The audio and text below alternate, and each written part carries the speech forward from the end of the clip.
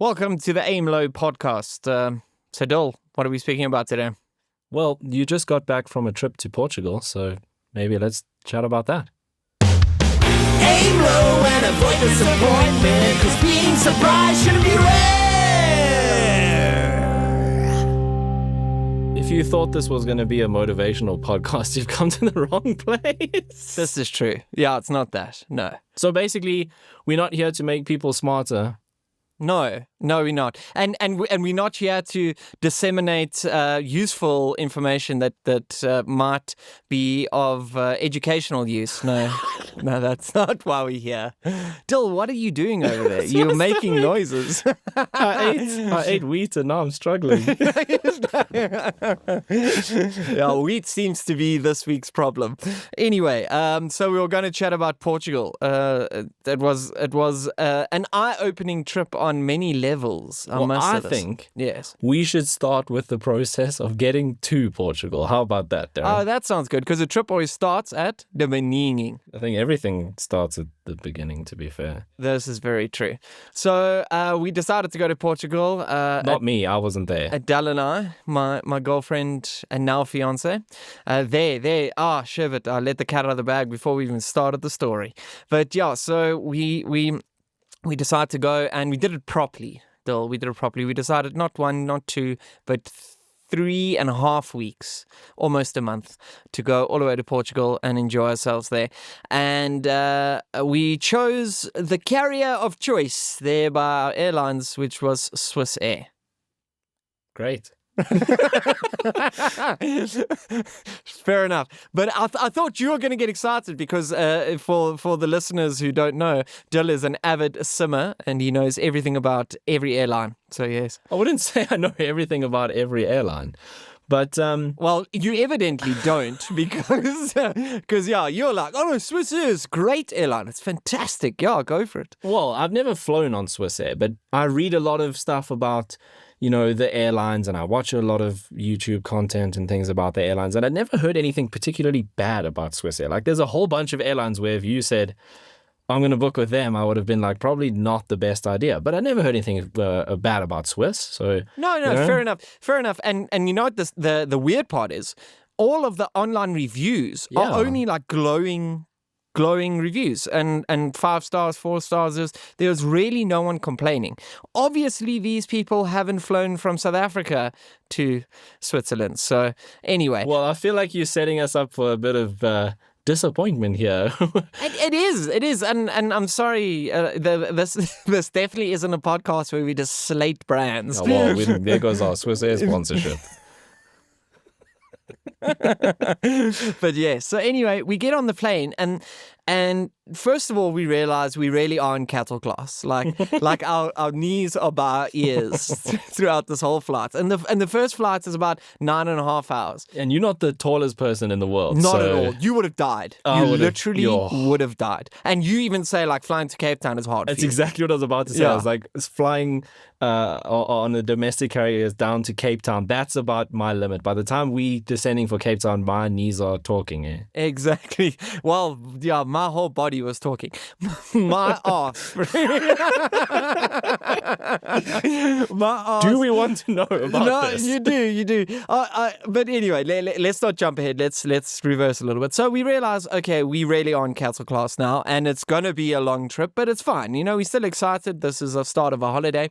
And the first thing we notice is there's this flight attendant that seemed quite loud. And it's just a bit weird because normally flight attendants are very accommodating and, they're smiley and they always... kind of the point of the job. Exactly. You client-facing, you customer service orientated should be the main goal. Exactly. And you're the first person that any, person who's flying anywhere sees. So this guy's just loud and he's like, talking loud, and we're like, okay, maybe he's just joyous and happy or something. I don't know. It was weird. But then a guy, we were already in our seats, and a guy came up to him and said, "Listen, hi, I just wondered if you know where my luggage is. I think you put it in the overhead compartment." Now, like he got like snippy with the oak. He got uppity, and he literally just went, "No, that was not me. It wasn't me. You go and speak to that guy over there. He probably put your bag in the overhead compartment." And I was just like, whoa, my Okay. guy, whoa. A bit Yeah. unnecessary. Exactly. And then we started noticing off the back of that was a bunch of the flight attendants, they just didn't seem like they liked each other. It was just like a group of people that unfortunately got put on a plane and said, you're flying 9 hours together. And they looked like they couldn't care less for each other. So it's like when you and I sit down in the same room to record a podcast. Exactly. I go, Dill, pick your lip off the floor, my man. We have to record this podcast. There's something to say. There's something important that nobody wants to hear. We need to record it. Anyway, so this happens, and we're all a bit like flabbergasted. But it's that once again, you're like, you can't judge a brand or a person solely on one experience. For sure. Yeah. So Adele and I were like, okay, that was weird. At least, we can carry on. So we went through the flight, and it was as bad as we thought it would be in terms of just having our knees up our ears. That sucked. And, I'm gonna insert this here. This is an important part. Those days when you go, if it's a hike or you're just at a theme park and you're walking around to the point at which your feet literally feel like they're gonna fall off. Like Yeah. you know what I mean? You know what I mean? Bro, my ass felt like that. Like I've never felt so uncomfortable. And Adele, it was her lower back. We literally thought we were gonna die. That's how bad it was. Okay, how long into the flight did it start getting to the point where you were saying, I've had enough now? I would say about 4 hours already. Yo, so you're not even halfway. I was struggling. Did you And get up and walk around at all? I did, yeah. Well, okay, yeah, sure. I've missed the most important part of the story: our seats. So the seat allocation was Adele always wanted a window seat because Good. I like Adele. Yes. That's the way to do it. gives you space to sleep. You can look out of the window. Screw sleeping. You want to look out the window and see the cool stuff. That's the whole point of flying. And we flew at night, so how are you supposed to see cool stuff? That's what I kept saying. Yeah, that's a good point. Well, And you're 30,000 feet up in the air. You sure as hell not going to see the ground. no, 30,000 feet. Yeah, of course you can. You can see cars and things from 30,000 feet. Amazing. Not at night, though. Yes, not at night, and our whole flight was at night. But anyway, Oh, I'm that sitting in sucks. the middle seat, so I got the raw end of the deal. I got the Who short did you stick. have next to you? Exactly. So I had this guy. Now, nothing against him. If he ever listens to this podcast, I've got nothing against you. But it's just one of those guys who's like solid as a rock. He sat in his seat and he kind of took up, I would say, a reasonable amount of space. He wasn't one of those people that encroached on my space. Okay. But basically, he sat there and he just didn't seem like he ever wanted to move. I don't even think he went to the bathroom in 9 hours. He's just like, I'm going to sit here and I'm going to get through this flight. Exactly, which we should have done. But I needed to go to the bathroom. I also needed to stand up, but I also felt exceptionally bad. Now, listeners, please. Oh, disturbing him to get up. 'Cause Exactly. You have to. Did he have to actually stand up for you to go? Yes. Oh, wow. Well, it was cattle class. No, it was cattle for class to sure. the level that even if you stood up, your stomach and your chest was grinding against the chair in front of you. You know what I mean? Right. Yeah. So it was that bad. And anyway, long story short was I literally felt like I was trapped. I felt like I didn't know what to do. Brew, and I was going, we always talk about cabin fever. Yeah. It felt like that. It literally felt like that. So anyway, we in the flight and we all dying and just want to get it over with. And then these flight attendants, Brew, they come, first of all, they come down the aisle and they ask if you want something to drink or eat, but they don't even smile at you. And you smiling and trying to be happy with them, they could not care. They're just like, That's not good. no, it's not good. I was shocked. And Adele and I just kept commenting. We're like, do these people even want to be here? So, we sure as hell didn't. So, so anyway, we get, eventually, 2 movies later, trying to sleep, we eventually get within 10 minutes of the airport. We've descended. We're on final approach, as Dill would call it. And we just we can't wait to get off this plane. So anyway, we're all in our seats. We touched down. It was actually a really good landing. Well done to the Swissair pilot. Very good. And as we land, you know how it normally is. You land and then you start taxiing to your gate. And normally, then people already start, taking off their seatbelts and jiggling about a Especially in bit. South Africa, everyone stands up ready to get out. Exactly. I don't know why, because we wait there anyway for how long. But anyway, so this is exactly what happens. So people start taking the seatbelt and standing up and start getting their luggage. Now we're taxiing very slow. We haven't got to the gate yet, but we're super slow. This same guy, the same flight attendant that was screaming and shouting at a passenger before, literally, I've never heard someone scream like that.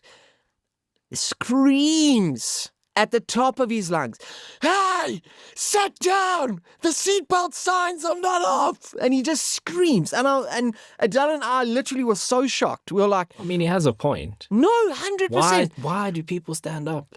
But can I say something? Can I say No, something? for sure. This is a podcast. We kind of have to say things. Exactly. Don't you have a whole PA system, a thing that was invented for that specific thing? Yes. Great, yes. And don't you think it's a bit unprofessional to just scream at the top of your lungs at people? I would say so, yes. Yes, yeah. I remember when I flew Emirates and Etihad and all of those. No one was no one was shouting shouting at me. Yeah. Okay, did they use the PA, not the pilots? Did the cabin crew use the PA throughout the flight?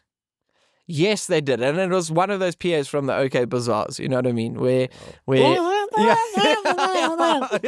It sounds like someone was strangled while making the announcement. Yeah, no, it was shocking. So yes, they did. So it did exist, and he could have used it. You think that if Boeing can make a plane that can fly from here to Switzerland, no worries, they could make a speaker where you can hear what's going on. And it's not that hard. We at the age where earbuds from reputable brands sound fantastic. My phone sounds incredible. Exactly. And you're telling me in a plane that costs billions of rands, we can't fix the PA system.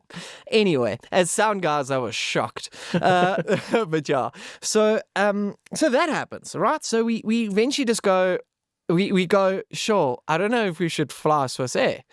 So anyway, it's too late. It's too late. We're now in Switzerland, my man. You don't want to make fun or diss the Swiss. Well, you've already booked your flight back, so there's nothing we can do. Oh, and just to let everybody know, we did check in early so we could choose our seats. So it was our own wrongdoing.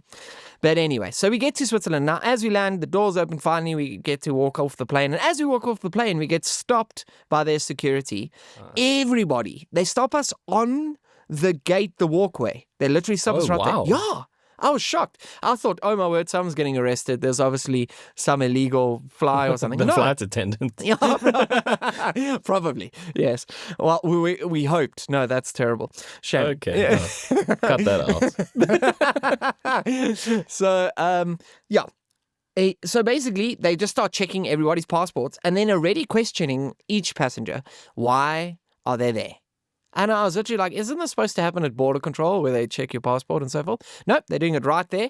And then I smiled and he didn't look impressed. I was like, oh, okay. So anyway, I just said I'm going on holiday, staying with family. So What happens if they decide your reason's not good enough? They just put you back on the plane. Yeah, you're going back. So then we start walking through to basically where they check your baggage back through.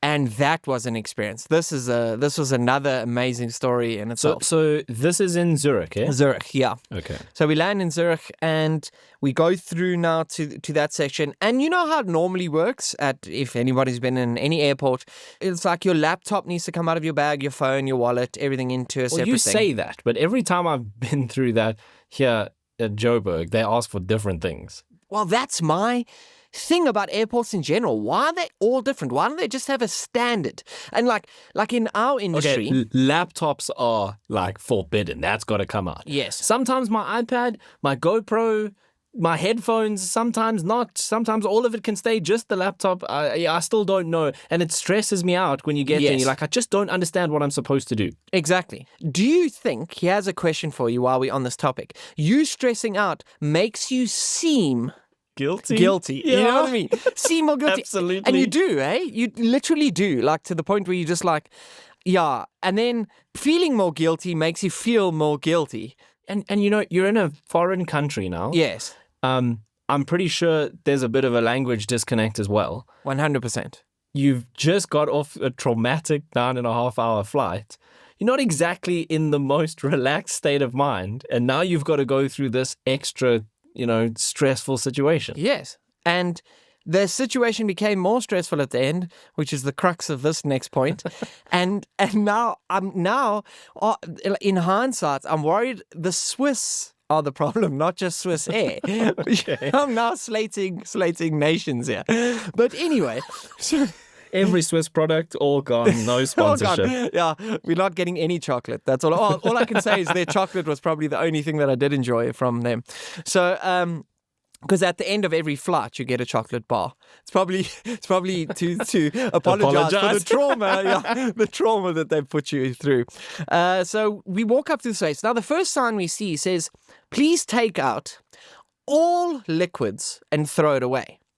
Now, this would be fine if the plane and the air hostesses hadn't given everybody a bottle of water and a chocolate when we left. Wait, so not just liquids you brought from another country, the bottles of water they handed out on the plane. Exactly. So all of these bottles of water, we walk up there and we go, well, this was a waste of time, and we throw them away. throw it away. And it says Swiss Air on it, so it's their bottles of water, or maybe, I don't know, whoever makes it. But you know what I mean? No, I don't think Swiss Air makes water. I'm pretty sure they get bottled water and put their logo on. But I'd say then, when did they hand them out? When you were walking off? Yes, when you were walking So off. then you're probably looking at least 80 to 90% of the people haven't even opened them yet. Exactly. And now we got to toss them away. Well, like in the bin. You like just in a bin. There's just a bunch of bins that says any liquid out. Okay, that doesn't make sense. It doesn't make any sense. And Adele, you know what, Adele? Adele and I said the exact same thing. As we saw the sign, we're like, so why did they give us these?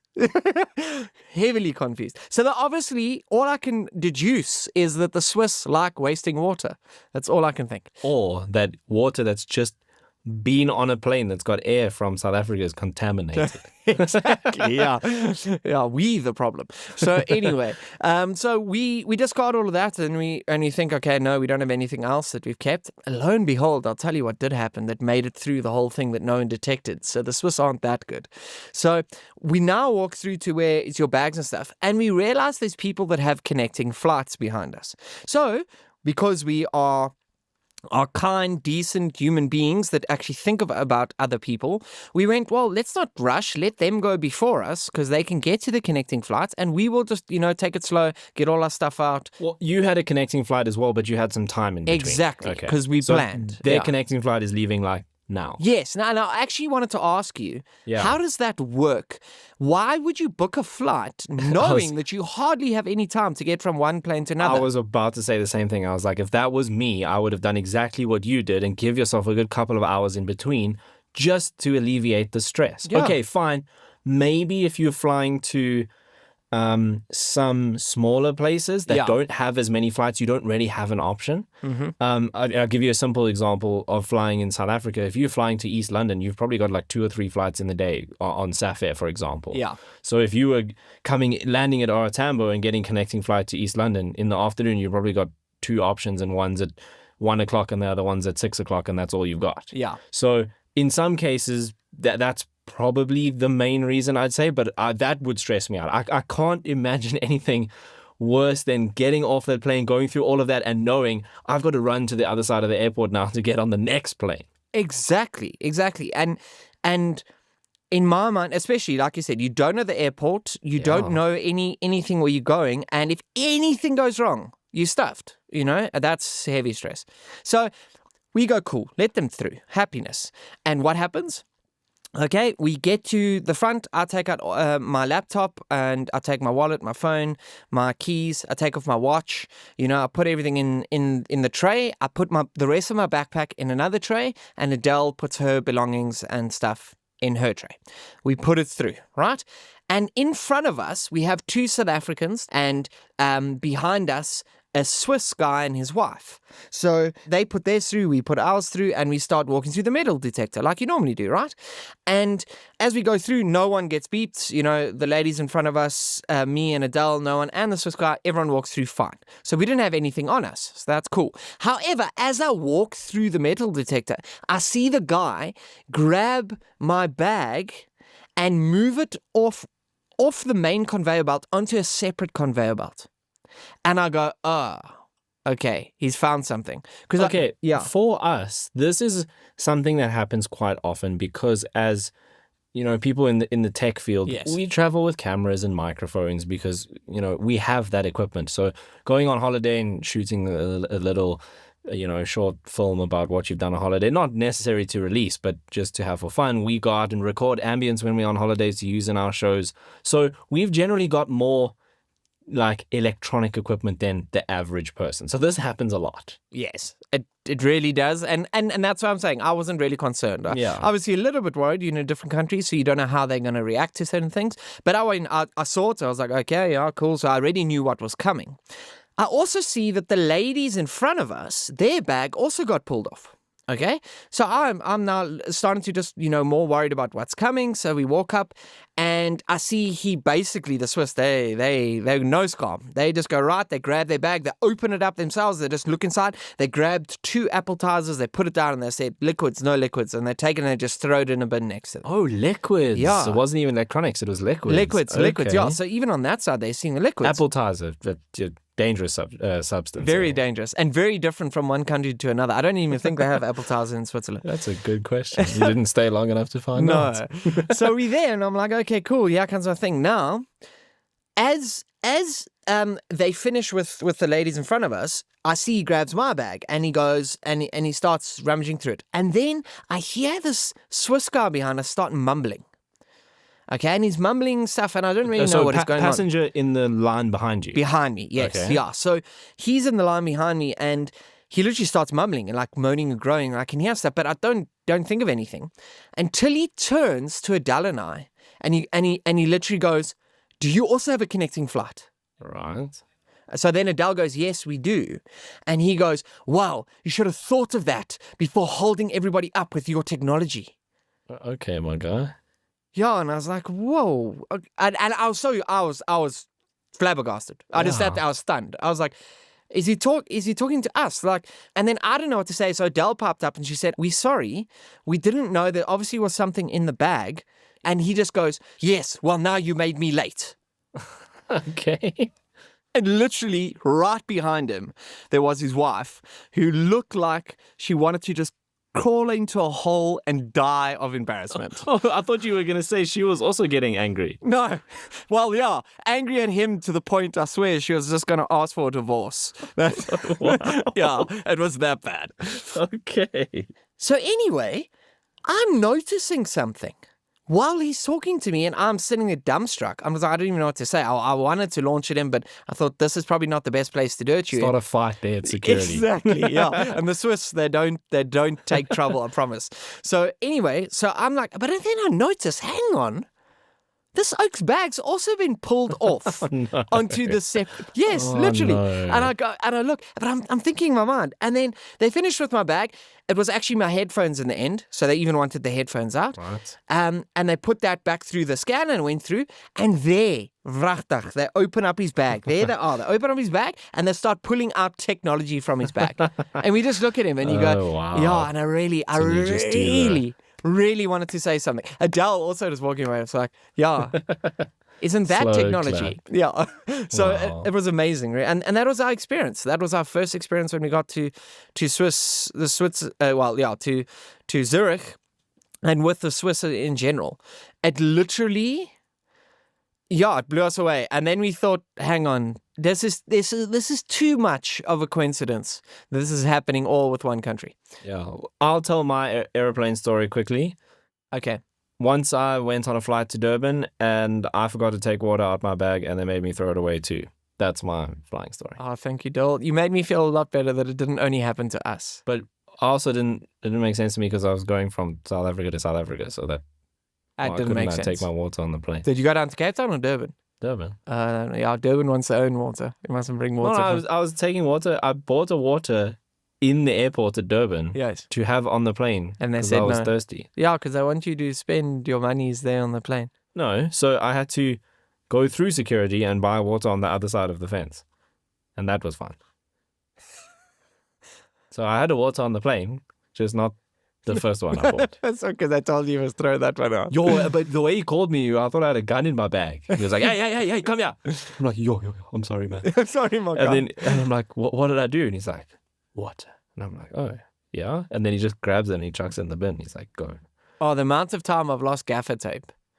Why? Oh, yeah, it's because you illegal. tie someone up on the plane. Yeah, Nice, yeah, Darryn. it's That's illegal. But I put it on my sound bag and then I Okay, go there we through. go. Yeah. Maybe I should tell this story rather as my short story to wrap up the episode. Okay. My dad, what a G.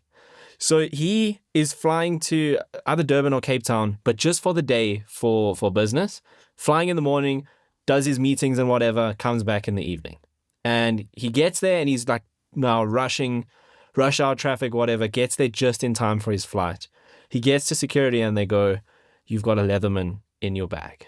And he's like, "Yo, this was a gift." He doesn't want to get rid of this. And he looks and he's like, "There's no ways I can run to the car and put this in the car and come back in time. I won't make the flight." Yeah. So he leaves the security queue because he doesn't want to, because otherwise they're just going to take it. And they say they'll keep it for you, but you never get it back. Never.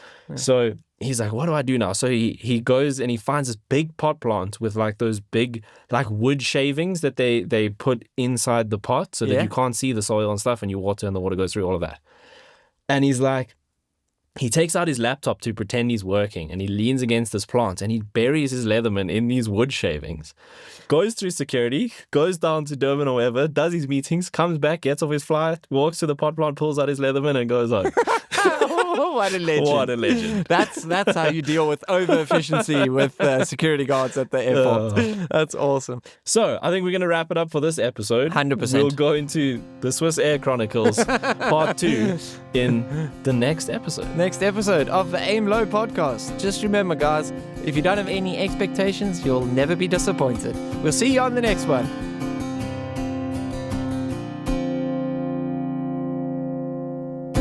Swiss Air, we're sorry for all the things we've said. Please sponsor this podcast. Goodbye.